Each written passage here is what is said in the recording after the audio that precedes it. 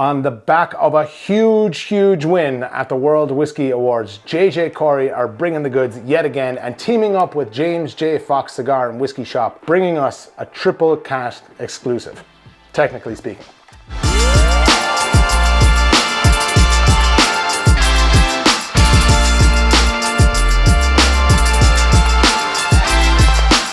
Ladies and gentlemen, this is a serious bottle drop, titled The Quick Brown Fox, a 50% ABV, 6-year-old single malt Irish whiskey that was matured in bourbon, then finished in Oloroso and Amontillado. Triple cask to me anyway. Available only through James J. Fox Cigar and Whisky Shop in Dublin. Only 180 bottles of this whiskey exist, and at the time of purchase, cost me 85 euros. If you're new to the channel, a while back I did a review of the award-winning Flintlock by J.J. Corry, and I also did a special on 2 single casks released by James J. Fox. I'll leave the links above and below, both places. So really very quickly, J.J. Corry Whisky Bonders is an Irish whisky company based in County Clare, Ireland. The company was founded by Louise McGuane in 2015 and takes its name from renowned whisky bonder who operated in the 19th century. Whisky bonding involves sourcing whiskey from distilleries and then maturing, blending and bottling it independently. You could say they were also known as an independent bottler or a whiskey merchant or any one of those kind of things. Same, right? James J. Fox, on the other hand, is a renowned cigar shop located in Dublin, Ireland. The shop has a rich history dating back to 1881 when it was established by James J. Fox. It has since become one of the oldest and most respected cigar establishments in the city. The shop is known for its extensive selection of premium cigars and whiskies from around the world. And it offers a wide range of cigars and whiskies, as you would imagine. Catering to both the connoisseurs, casual smokers, and they even have a bottle your own whiskey experience that I was meant to try last time I was in Dublin, but I did, in all fairness, run short on time, and it is something that we will have to get up there and do another video of in the future. So then, the Quick Brown Fox is a collaboration between J.J. Corry and James Fox Dublin. These 2 whiskey brands emerged during Ireland's golden era of whiskey and continue to be recognized for their high quality products today. This particular single malt has undergone a unique maturation process. Initially, it's aged in grade A ex-bourbon barrels, and then it is transferred to Amontillado and Oloroso sherry casks. These casks are personally sourced by J.J. Corry founder Louise McGuane directly from Montilla and Jerez to capture distinct flavors. That's the marketing jargon. Now, it doesn't say anywhere on the label, but I'm going to guess this originally came from Great Northern Distillery. I hope I'm not wrong there, and is double distilled. However, I would love to be corrected on that if I'm wrong. Comment below, please. So I've given this a little while to open up and kind of breathe, and we'll do some tasting notes. Lots of notes coming through there. That's a complex little nose of a whiskey there. There's a touch of an alcohol element there starting it out, right? But let's forget about all that, because then you have the meat and potatoes of the whole thing. Your orchard fruit. For me, apples and some pear. But there is a hint of peach in this one, which sweetens it up really, really nicely.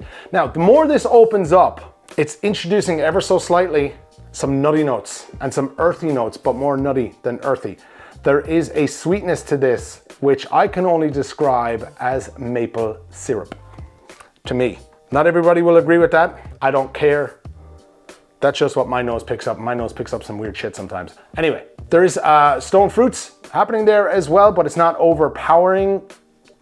To be honest, there's plenty of kind of vanillas and caramels, nuttiness. But yeah, definitely maple syrup. Slightest hint of alcoholiness on the nose there. Very nutty, very kind of woody. Definitely medium to kind of, I would say a medium complexity would be a good way to put that. The only thing about this is it's taking so long to kind of really, for all those notes to power through and come out a little bit more. They're not very apparent at the start. It's taken a bit of agitation, a bit of time, a bit of playing with, which isn't bad. It can only mean that it opens up more and more as it goes along.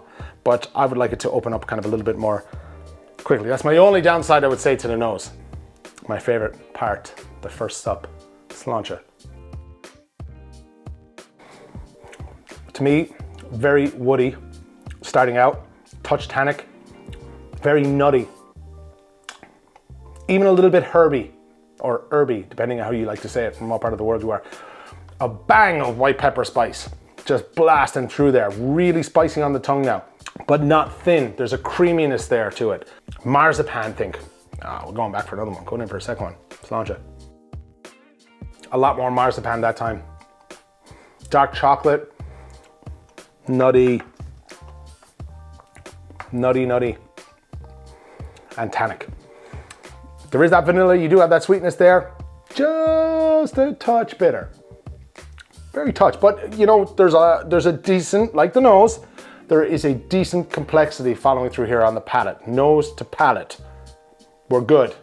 Touch woody will be my only gripe. And that's not even a gripe. That's me nitpicking because I'm making a YouTube video about it. So, I mean, if I was sitting there drinking it or someone handed it to me, oh, this is lovely. I'll drink it all night. But the fact that I have to be kind of into it and pulling it apart and spending some time with it, I mean, even at that, that's not bad, right? Right? One more sup because it would be wrong to leave this much in the glass. I'm gonna give you my notes on the finish. You see there now, even the third time I drink it, I'm getting more stone fruits on the palate than I did the second time. The spice fades away. There's lots of almond notes. There's lots of woody notes. There's a little bit of dark chocolate I'm getting, or maybe even a bit of tobacco there, right? It is tannic again. And it's staying around. Marzipan maybe a bit on the back of the tongue. It's still there, still going. Heat, yes. Flavor, yes.